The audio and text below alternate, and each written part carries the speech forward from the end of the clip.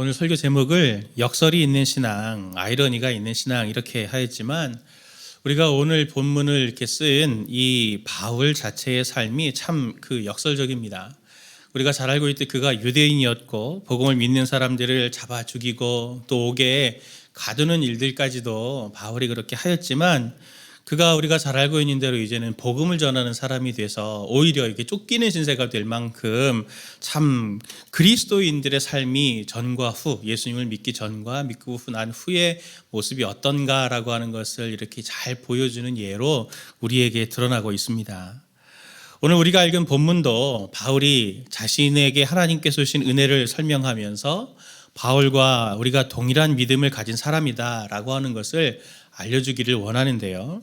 오늘 이 바울을 통해서 신앙이 깊어지는 것의 의미를 발견하는 시간들을 좀 가지면서 오늘 이렇게 학습과 육교 세례받는 분들에게도 이 말씀이 또 우리 모두에게도 이 말씀이 잘 하나님께서 주시는 지표가 되었으면 좋겠습니다. 바울을 통해서 살펴보는 신앙이 깊어진다라고 하는 것의 의미를 한 두 가지만 오늘은 살펴보려고 하는데요. 첫 번째는 무엇이냐면 자신에 대해서는 더욱 절망하고 하나님의 은혜는 더욱 소망하게 된다라고 하는 겁니다. 이런 사람이 신앙이 깊어지는 사람입니다. 바울은 오늘 자신을 이렇게 설명하거든요. 15절 말씀을 보니까 미쁘다 모든 사람이 받을 만한 이 말이여 그리스도 예수께서 죄인을 구원하시려고 세상에 임하셨다 하였도다. 죄인 중에 내가 괴순이라. 이 말씀에서 바울이 자신을 죄인 중에 괴수 이렇게 얘기했는데 이건 뭐 괴물 이런 뜻이 아니고 여기에 말하는 이 괴수라고 하는 뜻은 그 헬라어로는 프로토스라고 합니다. 프로토스. 이게 무슨 말이냐면 이 단어가 이렇게 등급을 쫙 매기잖아요. 또는 이제 어떤 줄서기를 쫙 하면 거기에 맨 앞에 서는 사람.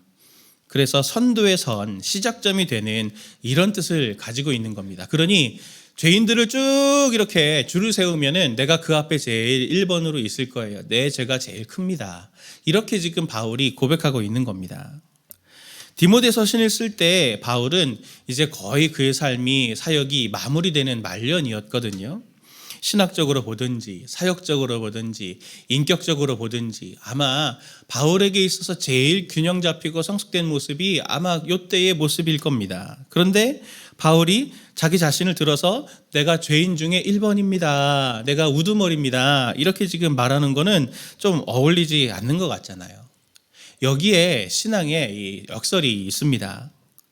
세상의 모든 지식을 한번 생각해 보십시오. 세상의 지식을 어떻게 우리가 얻나요? 경험들을 어떻게 얻나요? 그것은 다 보면 플러스하는 방식으로 얻어가게 됩니다. 뭔가를 자꾸 얻고 배우고 하는 방식으로 그렇게 자기의 능력이 쌓여져 갑니다. 그것이 학문이든지 아니면 기술을 배우는 어떠한 다른 그런 것이든지 많은 시간을 통해서 손이 노련해지고 그리고 공교해져서 판단력이 빨라지고 정교해지는 일들이 시작이 되는 거죠. 그런데 참 신기한 건 신앙은 반대라고 하는 겁니다. 반대.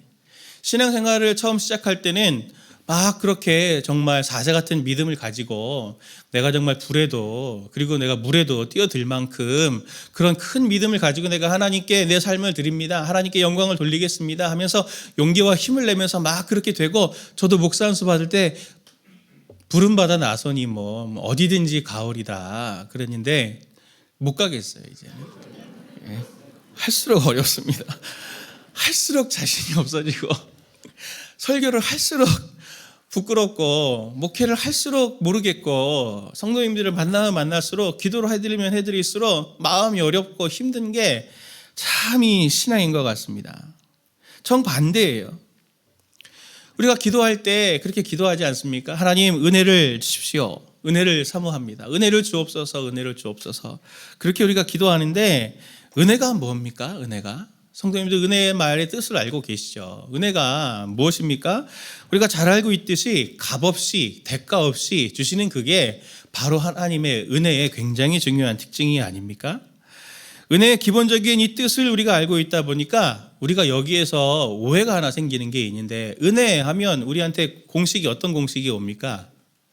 우리가 좋아하는 공짜. 은혜는 공짜로 하나님이 주시는 거다. 그렇게 대가 없이 주시는 거다 생각하니 은혜, 복음 이런 것들을 굉장히 우리가 값싼 것으로 생각하고 가볍게 생각하는 경우들이 있습니다. 그런데 한번 생각해 보십시오. 하나님이 왜 은혜를 공짜로 우리에게 주실까요? 아무런 대가 없이 우리에게 왜 하나님의 은혜를 우리에게 주실까요? 방법이 없기 때문입니다. 소망이 없기 때문입니다. 시편 49편 6절부터 8절까지의 말씀을 같이 함께 보도록 하겠습니다. 같이 봅니다. 자기의 재물을 의지하고 부유함을 자랑하는 자는 아무도 자기의 형제를 구원하지 못하며 그를 위한 속전을 하나님께 바치지도 못할 것은 그들의 생명을 속량하는 값이 너무 엄청나서 영원히 마련하지 못할 것이니라. 아멘. 우리의 생명을 뭔가 값을 주고 살 수 있다고 하면 영원히 갚지 못할 거다. 엄청나기 때문에. 그러니 다른 우리의 생명을 지킬 수 있는 수단이나 힘이 우리에게는 없는 거죠. 그러니 공짜로 주실 수밖에 없어요. 우리가 어떤 존재입니까? 로마서 3장 9절부터 우리 18절까지를 보면은 우리의 실존, 우리의 실제 모습이 어떠냐라고 하는 것을 선명하게 바울이 우리에게 보여주고 있거든요. 그 말씀을 우리가 9절부터 12절 그리고 16절과 18절 말씀을 같이 함께 우리 보도록 하겠습니다. 같이 봅니다. 그러면 어떠하냐? 우리는 나으냐? 결코 아니라. 유대인이나 헬라인이나 다 죄 아래 있다고 우리가 이미 선언하였느니라. 기록된 바 의인은 없나니 하나도 없으며 깨닫는 자도 없고 하나님을 찾는 자도 없고 다 치우쳐 함께 무익하게 되고 선을 행하는 자는 없나니 하나도 없도다. 16절 파멸과 고생이 그 길에 있어 평강의 길을 알지 못하였고 그들의 눈앞에 하나님을 두려워함이 없느니라 함과 같으니라. 평강이 없습니다. 파멸과 고생이 있습니다. 이 바울의 고백이 바울에게만 있는 고백입니까? 성도님들은 어떠신가요? 딱 우리의 현실의 모습입니다. 열심히는 살아가는데 열심을 낼수록 끝없는 절망과 실패와 낙담과 지침이 우리 삶에 계속 따라붙고 있습니다. 살아갈수록 쉽지 않죠. 고3 이제 수능을 앞두고 있는데 얼마나 그 1년이 아니라 수년 동안을 준비하면서 해왔는데 그쯤 준비했으면 마음이 평안할 만도 하고 그쯤 준비했으면 이제 내가 뭔가 해볼 수 있겠구나 자신감도 생길 만한데 점점 날이 다가오면 다가올수록 불안합니다. 내가 밀리면 어떡하지? 밀렸으면 어떡하지? 이런 어처구니 없는 실수가 일어나서 우리의 인생이 어렵게 되는 것 우리가 너무 잘 알고 있기 때문에 입시도 어렵고 취직도 어렵고 취직했어도 결혼이 어렵고 결혼했어도 결혼 생활이 어렵고 결혼을 했는데 애를 낳아보니 애 낳는 것도 어렵고 애를 키우는 것도 어렵고 노후도 어렵고 기본적인 모든 것들이 다 어렵습니다. 쉽지 않습니다. 그러다 보니 어디에도 행복이 없죠. 노력해도 안 되고 탈출구가 없습니다. 오늘 이렇게 로마서가 보여주는 것처럼 우리가 이렇게 철저히 망가졌는데 그리고 그렇게 노력해도 안 되는 것들이 많으면서도 모르는 게 있어요. 뭐냐면 우리에게 소망이 없다는 걸 모릅니다. 우리가 이렇게 망가진 존재라고 하는 걸 모릅니다. 우리 힘으로는 살 수가 없다고 하는 것을 모릅니다. 그렇기 때문에 그게 또 나만 그런 게 아니고 모든 사람이 다 그렇게 살잖아요. 지금 똑같은 처지와 형편이니까 그게 정상인지 알아요. 그게 괜찮은 건 줄로 압니다. 인생이 그런가 보다 그렇게 생각하고 사는데 그게 아니죠. 오늘 로마서가 그것을 말해주지 않습니까? 그런데 그게 정상이 아니라고 하는 것을 어떻게 알게 되냐면 복음을 만나면 눈이 띄어집니다. 이게 정상이 아니구나. 이게 정말로 망가진 삶이구나라고 하는 걸 거기에서 알게 됩니다. 오직 하나님께서 값없이 대가 없이 나에게 베풀어 주시고 붙들어 주시고 이기게 하시는 그 힘을 의지하지 않고는 내가 이 상황을 뚫고 나갈 수가 없구나. 내 삶의 행복이라는 것은 있을 수가 없구나라고 하는 것을 경험하게 됩니다. 제가 우리 교육자분들을 통해서 이번에 학습 세례 입교 받으시는 분들에게 간증문을 이렇게 받았습니다. 그 간증 세례를 받으시는 분의 간증을 제가 오늘 좀 읽어드리려고 하는데 한번 이 간증을 한번 들어보십시오. 독방 육아로 힘들게 살다 큰아이가 8살이 돼서 입학했는데 어느 날 건강하던 아이에게 갑자기 걷지도 못하며 전신에 혈관이 터지는 자가 면역 질환이 찾아왔습니다. 움직임과 식이를 정상적으로 할 수 없어 힘든데 설상가상으로 신장까지 침범해서 신장염으로 면역 억제제, 희귀의약품까지 먹으며 1년을 입퇴원을 반복하며 삶은 지옥이었습니다. 더 이상 숨쉴 수조차 없을 때 저는 제 발로 분당 우리 교회를 찾아갔습니다. 가자마자 임례송을 듣는데 눈물을 멈출 수가 없었고, 예배를 마치고 주차장에서 수많은 인파와 차를 보며 매주 이렇게 부지런히 오는 거 나는 못하겠다 하며 주차장에서 한숨을 쉬며 하늘을 바라보는데 너무 이상하게 잘 왔다 내 딸아 라고 느껴졌습니다. 그러면서 중략하면서 가정의 어려움은 모든 것을 불완전한 제 자신 때문에 일어난 일이었는데 늘 부모님, 시어머님과 남편, 아이들, 제 자신을 원망하며 지내느라 마음에 자족이나 평안이 없었습니다. 신앙생활을 하면서 제 자신을 돌아보게 하시고 반성과 깨달음을 주시는 하나님으로 인해 제 삶은 평안하게 되고 마음이 건강하게 되었습니다. 매일 싸우고 미워 죽겠다는 남편과는 웃으며 대화할 수 있도록 하셨고 시어머니에게도 미움과 상처 대신 존경과 긍휼의 마음을 주셨습니다. 아이들을 양육하는 데에도 무엇이 중요한지 중심을 보게 하시고 사랑의 마음을 가득 주셨습니다. 눈물뿐이던 삶에 미소를 되찾게 하시고 우리 가정 회복시켜 주시는 주님 감사합니다. 이 고백을 하시는 성도님을 한번 생각해 보십시오. 하나님을 알지 못하고 하나님의 부르심조차도 신비한 부르심인데도 그것을 경험하지 못하는 영적인 둔감함이 있었지만 하나님께서 그에게 먼저 찾아가 주셔서 그에게 마음을 주시고 예배의 자리로 나오게 하시고 누구도 할 수 없는 사실상은 쉽지 않은 자신의 삶에 너무나 이렇게 사방이 둘러싸인 것 같은 답답한 삶의 이 무게들을 해석할 수 있는 힘, 극복할 수 있는 힘, 견뎌낼 수 있는 힘을 하나님께서 이 성도님에게 주셨지 않습니까? 이 성도님의 간증처럼 예수님을 만나는 것 단 그 한 가지뿐이 밖에 없는데 그분이 우리의 삶 속에 이렇게 들어오시게 되면 내 삶을 이끌어 가시고 나를 그렇게 붙들어 주시는 것을 경험하게 됩니다. 삶만이 아니라 나의 생각과 감정, 상황에 대한 모든 해석과 대처까지도 하나님은 바꾸게 하시죠. 이것이 우리에게 소망이 되고 우리 어둠 같은 삶 속에 빛이 되는 것이 아닙니까? 우리 성도님들도 이 성도님만이 아니라 그런 동일한 경험들 분명히 하셨을 거라 믿습니다. 내 삶에 하나님의 개입하심, 그것이 바로 하나님의 은혜고 내 삶에 이렇게 하나님이 개입하시는 그것이 바로 하나님께 대한 소망의 실질적인 내용이 아니겠습니까? 이게 바로 값없이 주시는 선물이고 그것으로 우리가 살고 누리게 되는 일들이 일어나게 되는 것입니다. 어떻게 그것을 누리게 되는지, 왜 하나님이 나를 찾아오시는지, 그리고 그 어려움을 어떻게 이겨내는 것인지 설명하라고 하면 설명할 길이 없어요. 그러나 우리는 아무것도 할 수 없지만 역설적이게도 바울이 고백하는 것처럼 빌립보서 4장 13절에서 고백하는 것처럼 내게 능력 주시는 자 안에서 내가 모든 것을 할 수 있느니라 라고 고백하는 이 고백을 할 수 있는 자들이 되는 것이죠. 신앙생활을 해나가면 해나갈수록 난 할 수 있는 것들이 없지만 하나님이 저에게 힘을 주시면 제가 그 힘으로 모든 것을 해나가겠습니다 라고 하는 이 신앙의 역설이 바로 우리 성도님들에게 주시는 하나님의 굉장히 중요한 축복이고 그리고 더욱더 우리가 신앙이 깊어져 가서 이런 사람으로 자라갈 수 있는 성도님들 되시길 예수님의 이름으로 축원을 드립니다. 두 번째로 우리가 묵상해 볼 게 무엇이냐면 신앙이 깊어진다는 것의 의미는 종교인에서 저희가 자녀가 된다라고 하는 것입니다. 바울이 어떤 사람이었는지를 사도행전 22장에 이렇게 자기가 스스로 설명을 하거든요. 사도행전 22장 3절에서 4절 말씀을 제가 읽도록 하겠습니다. 세 번역으로 보겠습니다. 나는 유대 사람입니다. 나는 길리기아 다소에서 태어나서 이 도시 예루살렘에서 자랐고 가말리엘 선생의 문화에서 우리 조상의 율법의 엄격한 방식을 따라 교육을 받았습니다. 그래서 나는 오늘날 여러분 모두가 그러하신 것과 같이 하나님께 열성적인 사람이었습니다. 나는 이 도를 따르는 사람들을 박해하여 죽이기까지 하였고 남자든 여자든 가리지 않고 묶어서 감옥에 넣었습니다. 바울은 종교적인 열심이 가득해서 두려움 없이 거침없이 내가 행동했다. 사람을 죽이는 데와 그리고 그 사람들을 잡아 옥에 가두는 일들에 내가 열성이었습니다. 이렇게 지금 말하고 있죠.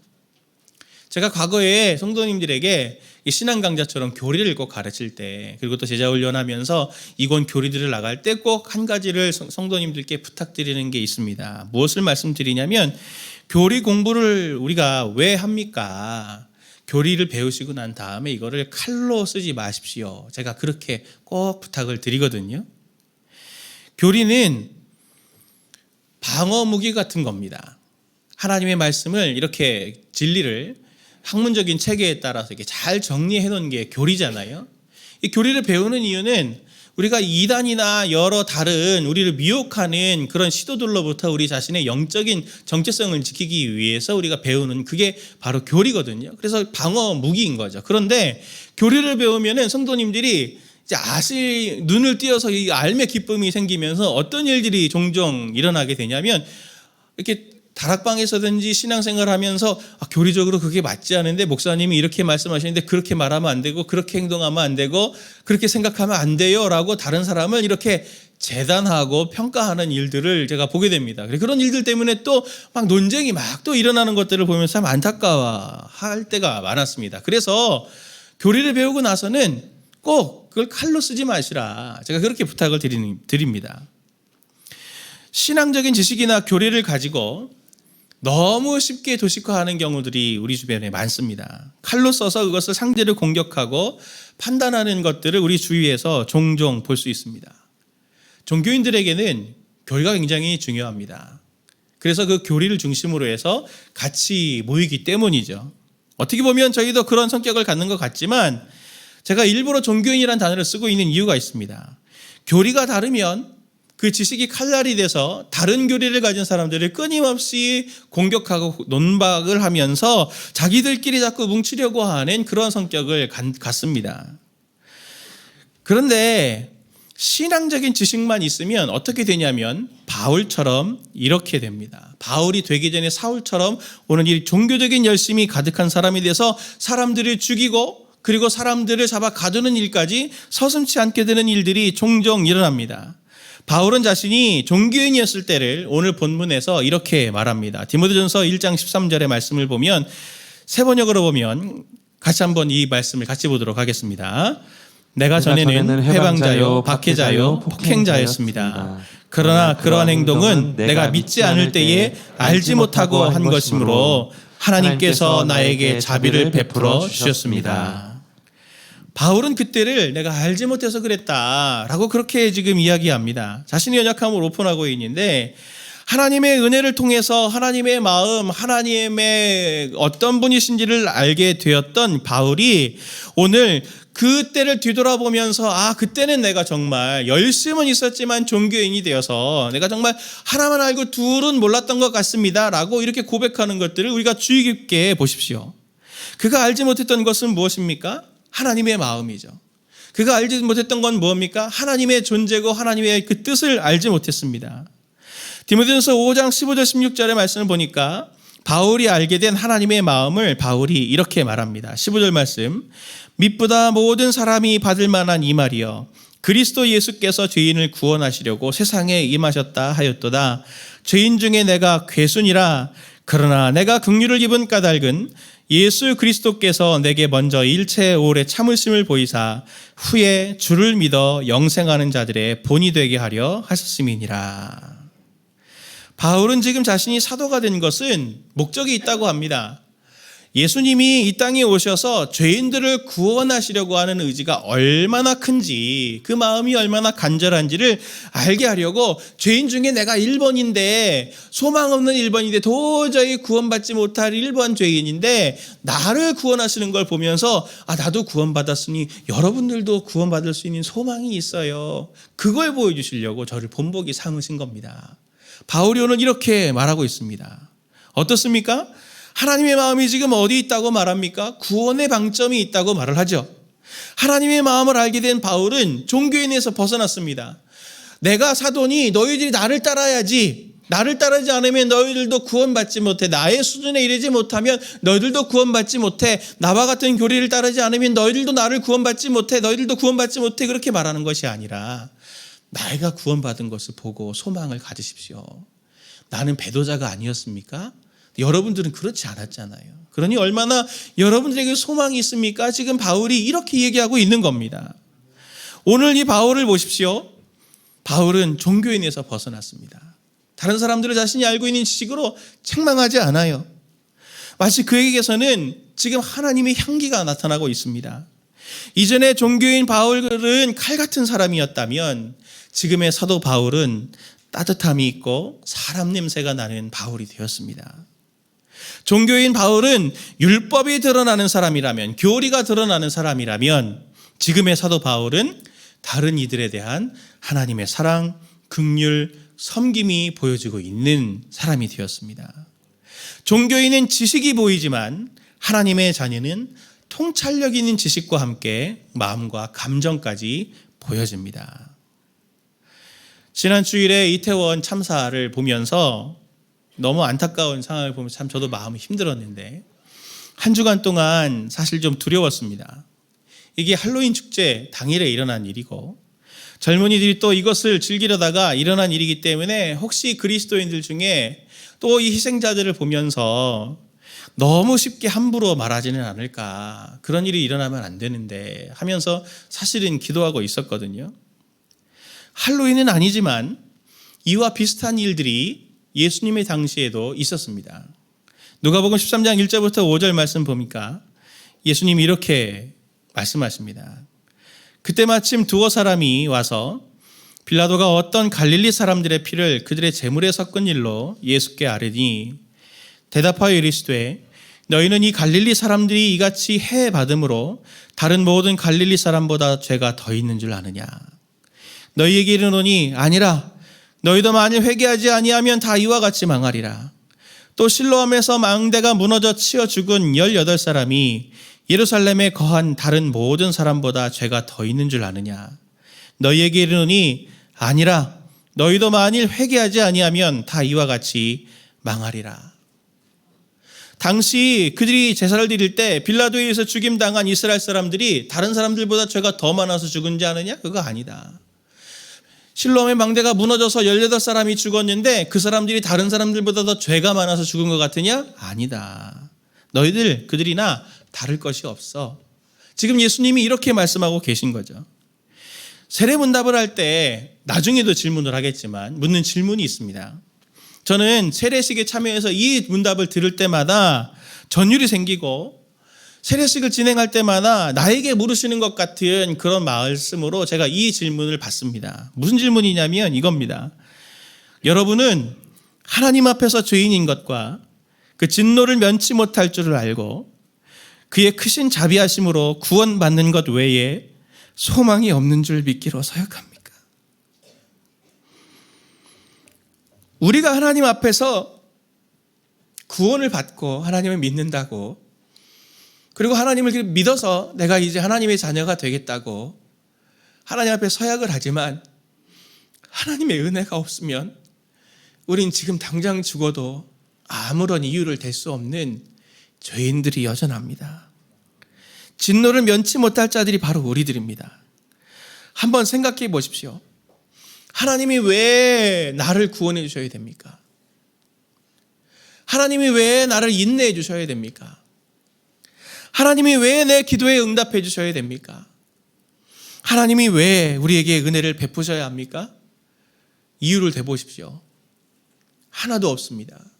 지금 당장 죽어도 하나님, 제가 왜 내 인생이 이렇게 일찍 끝나야 돼요?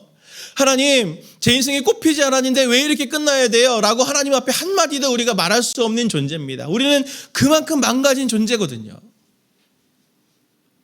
그런데도 우리가 누굴 보고 저 사람들 죄인이야, 저 사람들 어때서 그렇게 된 거야, 그렇게 함부로 쉽게 말하고, 누가 누굴 보고 판단할 수 있고 누가 누굴 보고 낫다고 왈가왈부 할 수 있는 사람이 되겠습니까? 종교인들이기 때문에 그렇게 말할 수 있겠죠. 종교인들이기 때문에. 우리는 종교인이 아닙니다. 존재로서 하나님의 자녀가 되어야 합니다.